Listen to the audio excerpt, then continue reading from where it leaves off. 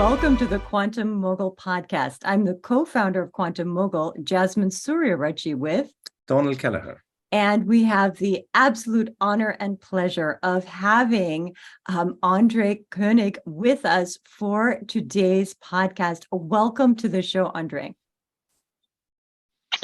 Good job on the name. Thank you for that lovely introduction, and good morning from beautiful South Beach. Behind my blinds, you see the beaches of Miami with lots of sunshine today, and excited to be here.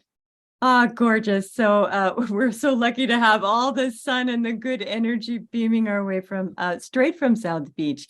So I'd love to share with our listeners a little bit about André, who is such a polymath. But this is just a short, condensed bio of what André has done and what he's up to. So with over 25 years of experience in the tech and startup world, André has been featured in the New York Times, Forbes, and the Wall Street Journal, to name a few. He's a published author, he's a speaker, and an investor, as well as an entrepreneur in the field of quantum technologies. And these are technologies that are fundamentally set to transform our lives in every area. André is also the CEO of Global Quantum Intelligence, which is a leading provider of data analytics and business intelligence and insights in the quantum sector. And what's really cool is that GQI is a pioneer, as it is the only market and business intelligence firm that is 100% focused on quantum technologies. André is also the founder of One Quantum, which is the world's largest quantum tech community with chapters in over 20 countries. And this also includes something very dear to my own heart, women in quantum. Finally, if you're interested in learning more, André has an incredible quantum tech newsletter. I am a subscriber to this, and it delivers leading insights to over 17,000 subscribers and counting, I believe. So welcome again today, André. We should do this introduction every day. I love it. Thank you. You're so welcome. So for our audience of investors, our audience of visionaries, I would say people who are mavericks when it comes to really creating the future now. Not everybody is associated with quantum or quantum technologies. So in your own words, and this is putting you a bit on the spot, but how would you describe quantum technologies to an investor who is, not yet versed in the incredible advances happening in this space? We'll go deeper in this interview, this podcast interview, into why quantum matters, the hype versus what's happening currently, the projected benchmarks and milestones that we may look forward to, as well as your own predictions and projections when it comes to how quantum will transform our world of the future. To me, very clearly, anyone that is not associated with quantum is just absolutely crazy. It is so fascinating, right? If you look at the quantum science behind it, quantum physics, quantum mechanics, Einstein famously called it spooky and refused to believe in it until his death, unfortunately, despite secretly knowing that it is true, probably.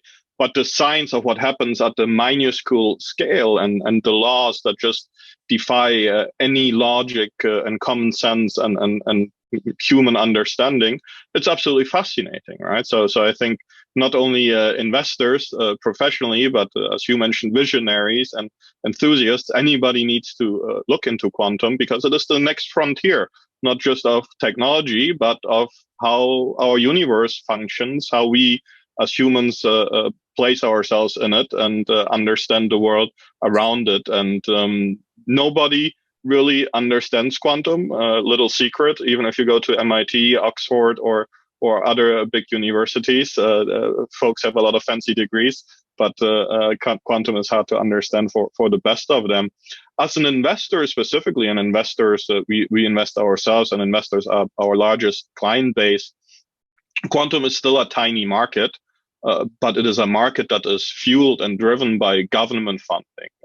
There is a lot of defense implications, but also national security and kind of vision of the future implications to quantum technologies.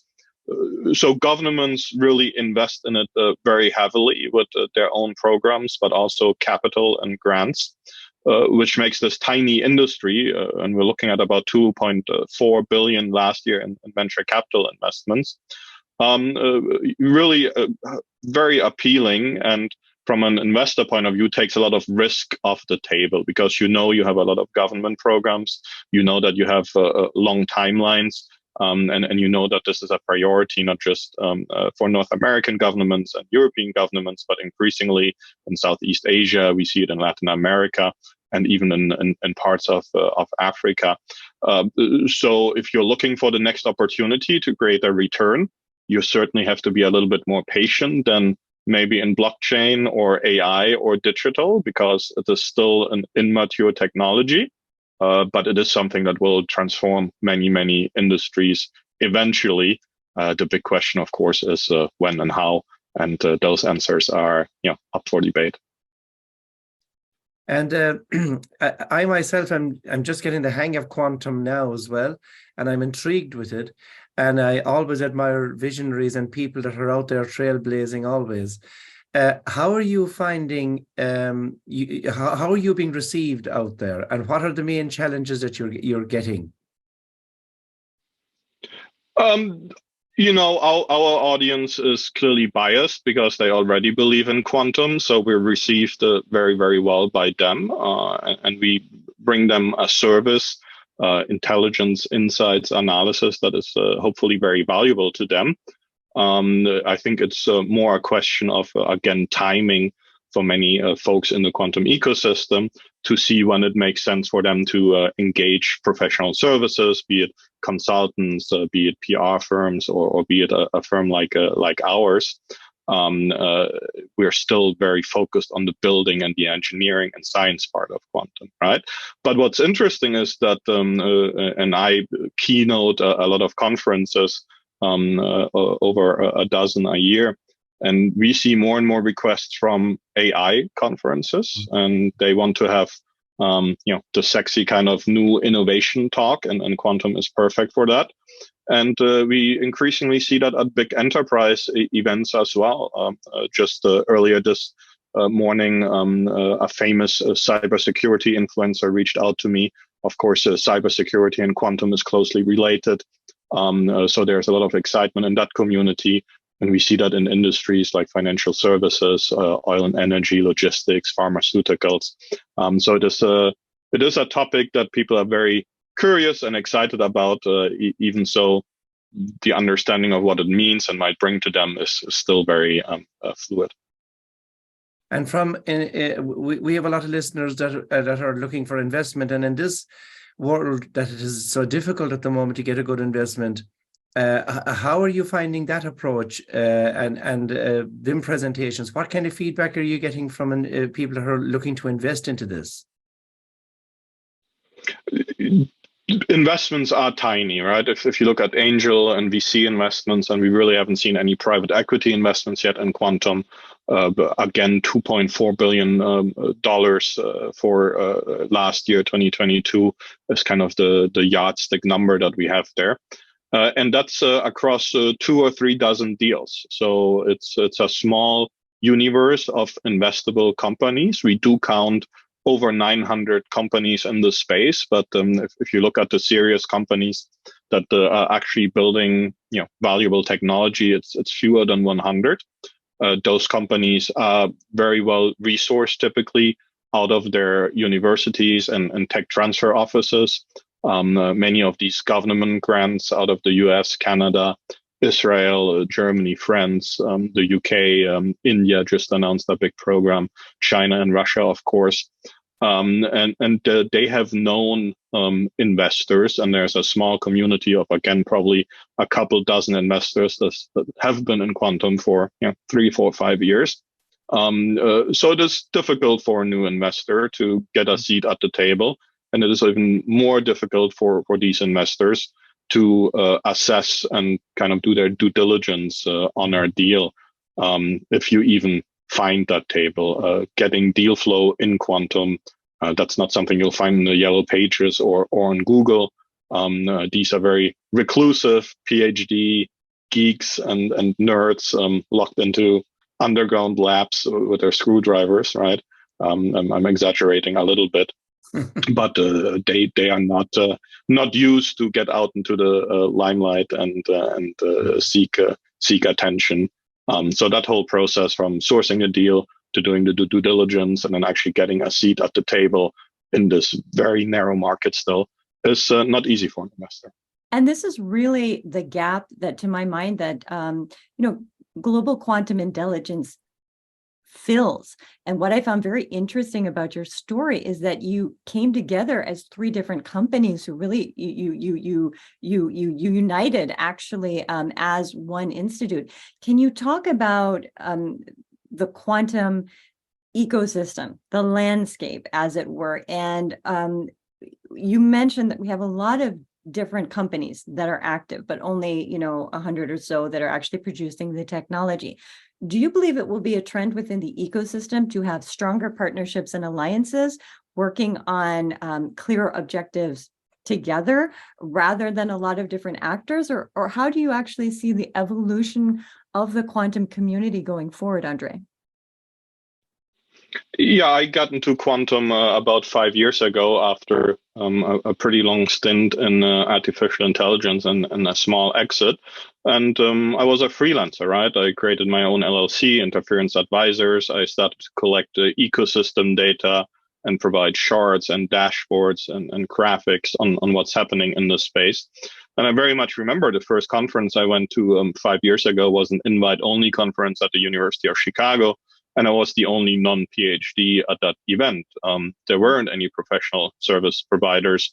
And a few months later, I got to know Doug Fink, who founded the Quantum Computing Report more than 2 years before I got into the field. So there was indeed some services available already. But it's only over the last couple of years that you've seen big consulting firms get into the game.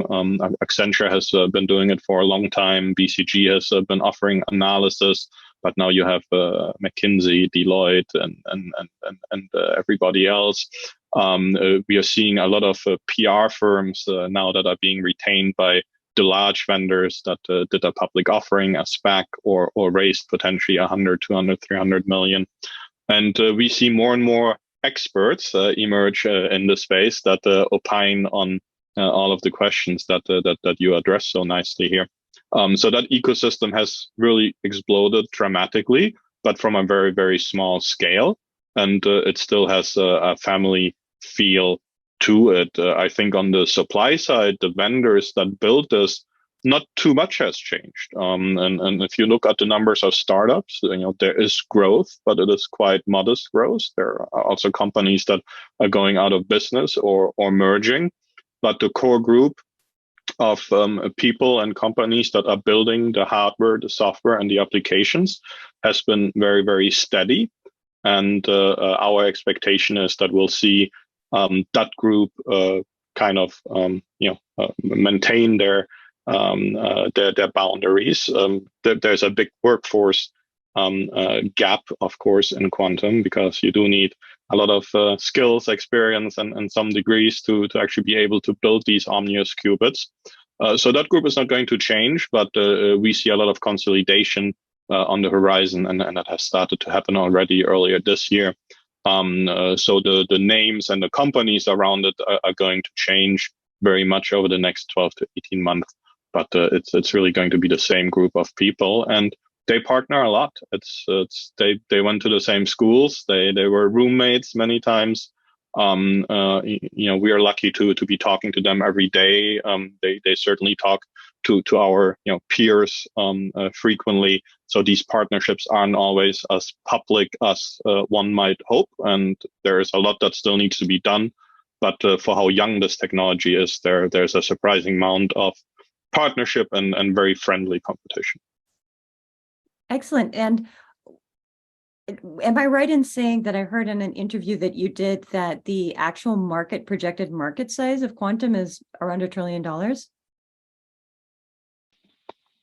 That is another expert that said that, and that's the type of claim that really gets us very nervous. because it just lacks any kind of foundation or basis. To give you another reference point for 2022, all revenues in quantum were $750 million US. So that's a tiny, tiny market, right? It is and we tiny, believe that might double this year, which I think is a little bit ambitious. And doubling is nice. That is an explosion, right? But it's easy to double when you're at 750 million and going to 1.5 billion. That is nothing. I think that's roughly the profit that Amazon makes in a bad day. So tiny, right? If you start to predict these kind of numbers and project them over the next 5 to 10 years, and we certainly did that, we come up with, based on different scenarios, something around 25 to 35 billion. Where there potentially is a $1 trillion opportunity is when we start to look at the transformation of whole industries. And that is really far away in the future. But we certainly can imagine a distant future where quantum has brought personalized individual healthcare to everybody, where it has brought the perfectly balanced, cost-free investment portfolio, and we're all multimillionaires and can sit on the beach behind me instead of being on Zoom. Where we've built smart cities that keep the environment clean, that make our lives comfortable, and so forth. So those consequences of quantum technology will no doubt create $1 trillion markets and increased capital, if you will. But that has nothing to do with the revenues of quantum, and it is something that really we still need to invent. We don't have the use cases for it. We don't have the technology for it yet, so that's far away. And I think that's another reason why your institute is just so valuable for investors to be able to see, what is happening now. The majority of investment, is it still in hardware? Will there be more investment in applications and software? Where do you see this going, bridging the gap from what we're currently seeing with the current revenues and the current projections, and then again, this incredible potential, for example, of quantum computers to be able to process trillions of different possibilities of protein folds to help create designer drugs really on demand. Maybe that could be combined with gene therapy. As you said, there are so many different use cases. The technology has to be developed. Investors want to know, well, what is the use case that's actually going to be the most commercial, or what can we commercialize now? There's this kind of push and pull feeling between the vast potential that quantum technologies have.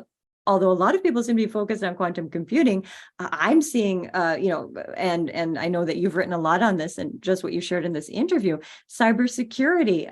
What is post-quantum encryption going to require, and how are people going to, connect their legacy systems to,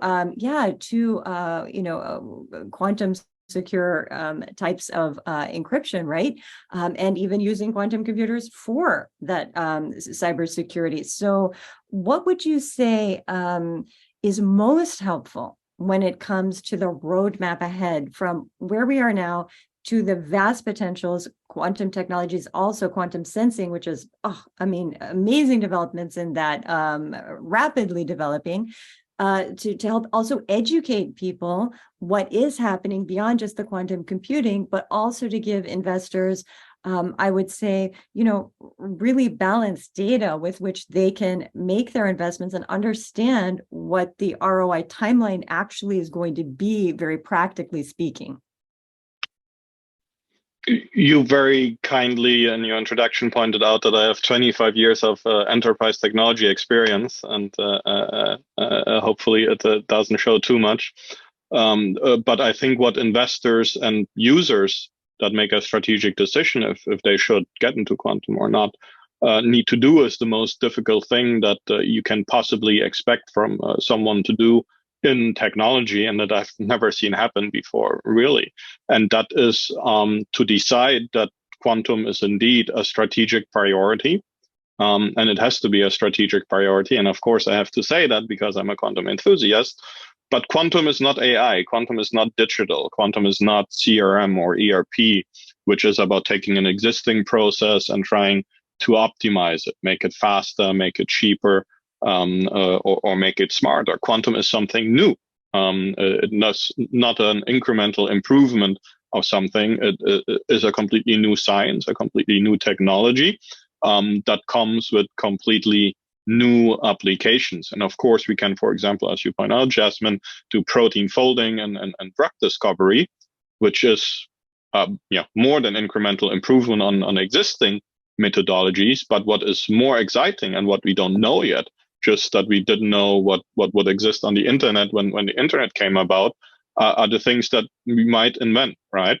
So what investors and users have to do is they have to find this faith and enthusiasm within themselves to say that quantum is something we want to do and have to do.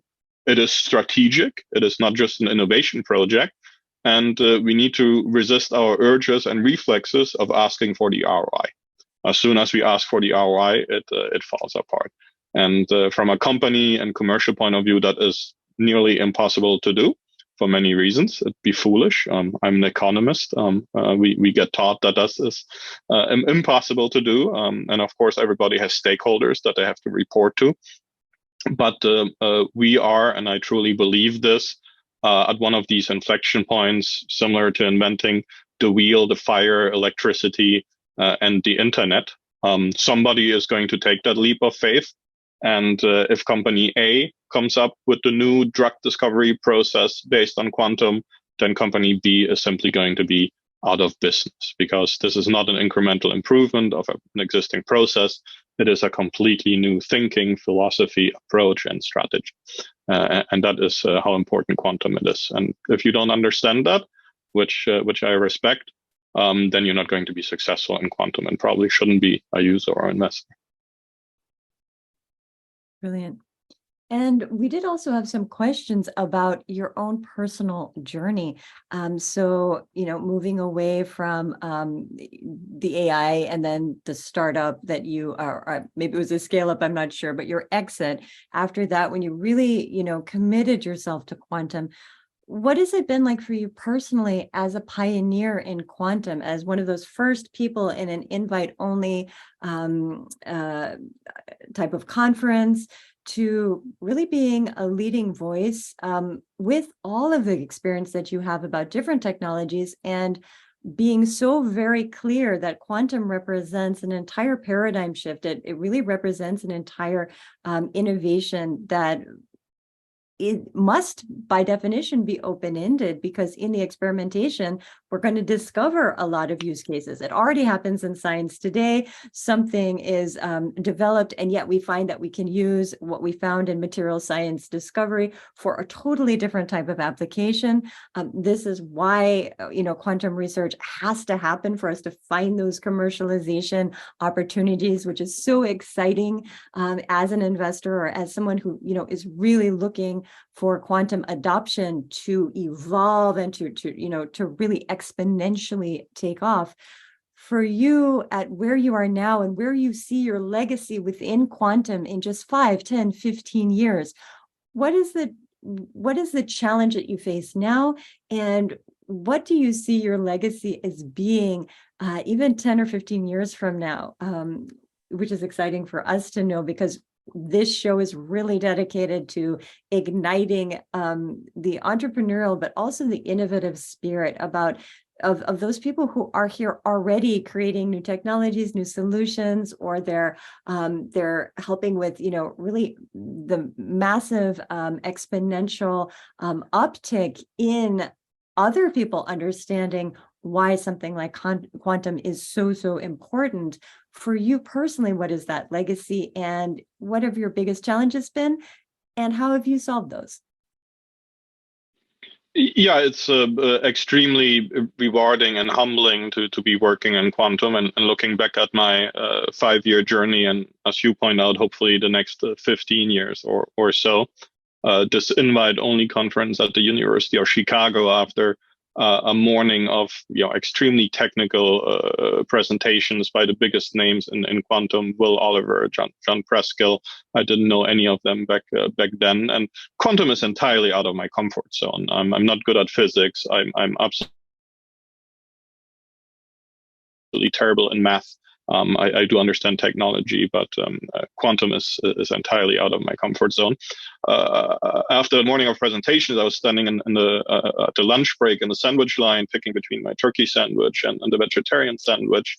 And the gentleman in the line behind me taps me on the shoulder, asking me how I enjoyed the morning. And I start profusely sweating and stuttering and say it was amazing and so interesting, but that frankly I barely understood 10% of the talks. And he explodes laughing out loud, gives me a hug and looks at me. So you claim that you understand half as much of quantum as I do, and walks away. And later I learned that it was Professor David Ashalom, one of the true pioneers of quantum science and quantum technologies. So people have been extremely nice, extremely kind. It really was a family. Now it is becoming a much larger and professional ecosystem, but it is still a lot of very friendly faces and new friendly faces. And that has been very exciting. Personally, I always wanted to be at the inflection point of a new technology. I was always a few years behind, early, but a few years, after big ERP and CRM systems, after digital, after AI. But being at the inflection system of something that truly has the potential to change the world. And again, that is many, many, many years, if not decades away. But being part of that is exciting. And you called me a pioneer, which is very kind of you. There's a handful of clients that share that view. So being able to work with these scientists and engineers, and if you look at some of the CEOs that run the vendors who used to be C-level executives at Dell, at Oracle, at other big companies, it's very fun. It's very exciting. It's very humbling, and being able to have a conversation with them about a complex and difficult topic like quantum, and both sides walk away with a learning or a new thought is very exciting. And projecting that out over the next 5, 10, 15 years, the opportunities seem unlimited. And if I can bring that to new audiences, and you mentioned one quantum, hopefully, regions that don't have MIT or Oxford in their backyard, but that are equally excited and entitled to quantum, then I'll be a very happy retired old man. And do you see quantum as a gradual thing that's going to grow on a yearly basis, or is it going to be one of these things that goes slow until it doesn't? It is going to go beyond light speed overnight, and I'll caveat that in a second. But at some point, and that point will come without warning, we will have these famous fault-tolerant quantum computers that will be able to crack encryption, that will be able to fold proteins, and hopefully help us discover new drugs.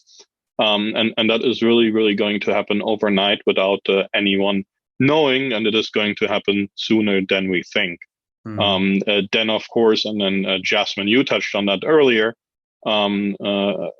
you have to integrate it in the enterprise. If you're JP Morgan, which is one of the biggest and most enthusiastic users of quantum computing, you still need to integrate that in your existing technology stack. You need to train your people, be it your trading desk or your private bankers. You need to make sure you can read all your data. There are security and standard questions and so forth. So that might slow progress down significantly. Of course, there's also the risk that the actor who comes up with that breakthrough is not an IBM or a Sandbox AQ or one of the good actors, but somebody that has other motives, and that might be not optimal, of course. And do you see that something that can go at light speed? Do you see that decent organizations that hasn't taken this serious now could actually be out of business in the space of a month or two when it goes in light speed?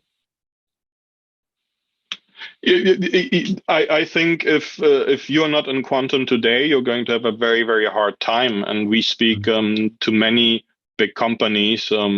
My best business school friend now runs a Wall Street bank.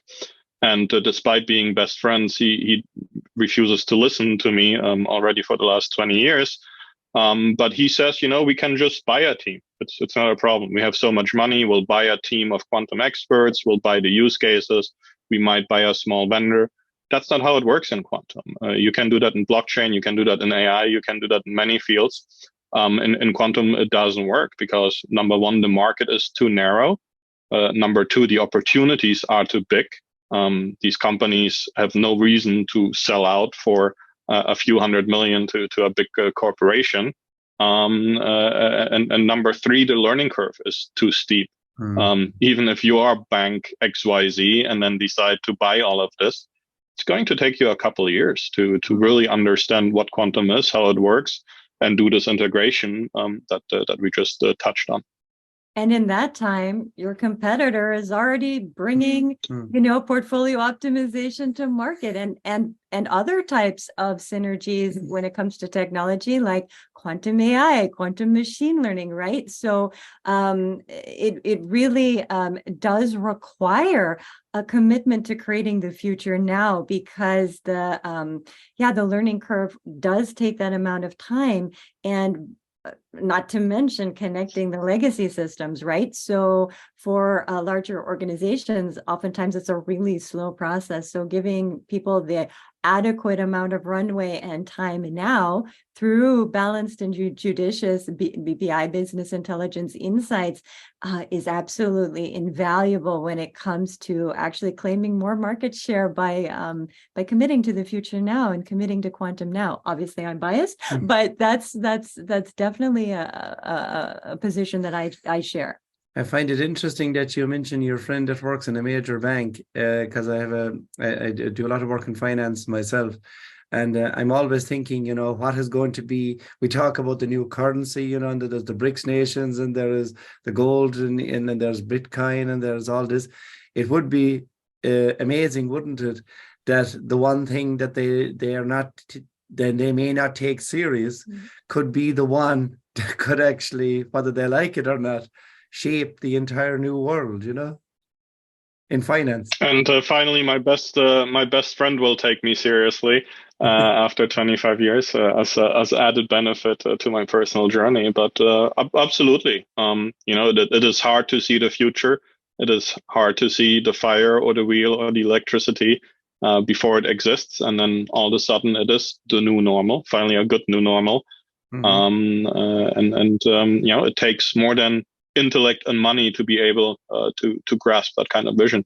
And Quantum Mogul is absolutely dedicated to really helping inspire the visionary mavericks of tomorrow, as well as those of today. And just what I find so beautiful in the quantum world is to see students and inventors, people in their teens and kids all over the world, from places where, there isn't a huge education available when it comes to quantum, creating programs, creating algorithms. We need so many quantum algorithms. And now there's a whole younger generation all over the world who's getting interested in it.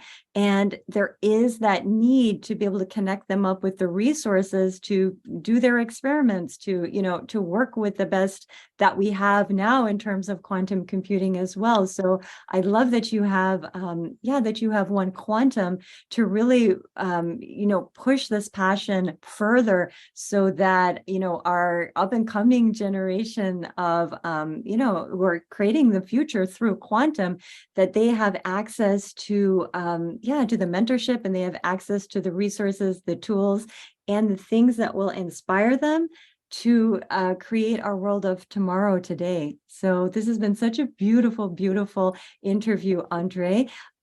Please tell our audience where they can find out more, how they can get involved, and how they can follow you. Yeah, and great way to end. I actually don't think that the next generation really needs old people like us, or certainly myself, my friend Anisha Musti, created a Community. I always struggle pronouncing the name Community with a Q when she was 15 years old, 3 years ago. And she has thousands of members worldwide. She has hundreds of hours of quantum related content. She now works with big companies like IBM, and she's a lot smarter than I'll ever be. So that the new generation isn't waiting for me, global quantum intelligence, or my Wall Street friend to make their minds up. They're already way ahead of us. So definitely reach out to Anisha. If you want to reach out to me, just come to global-qi.com, my personal website at André König, Konig.com, or find me on LinkedIn, and happy to chat more. Thank you so much. So again, this has been our Quantum Mogul interview with André König. Thank you so much, and tune in to our next podcast. Bye for now.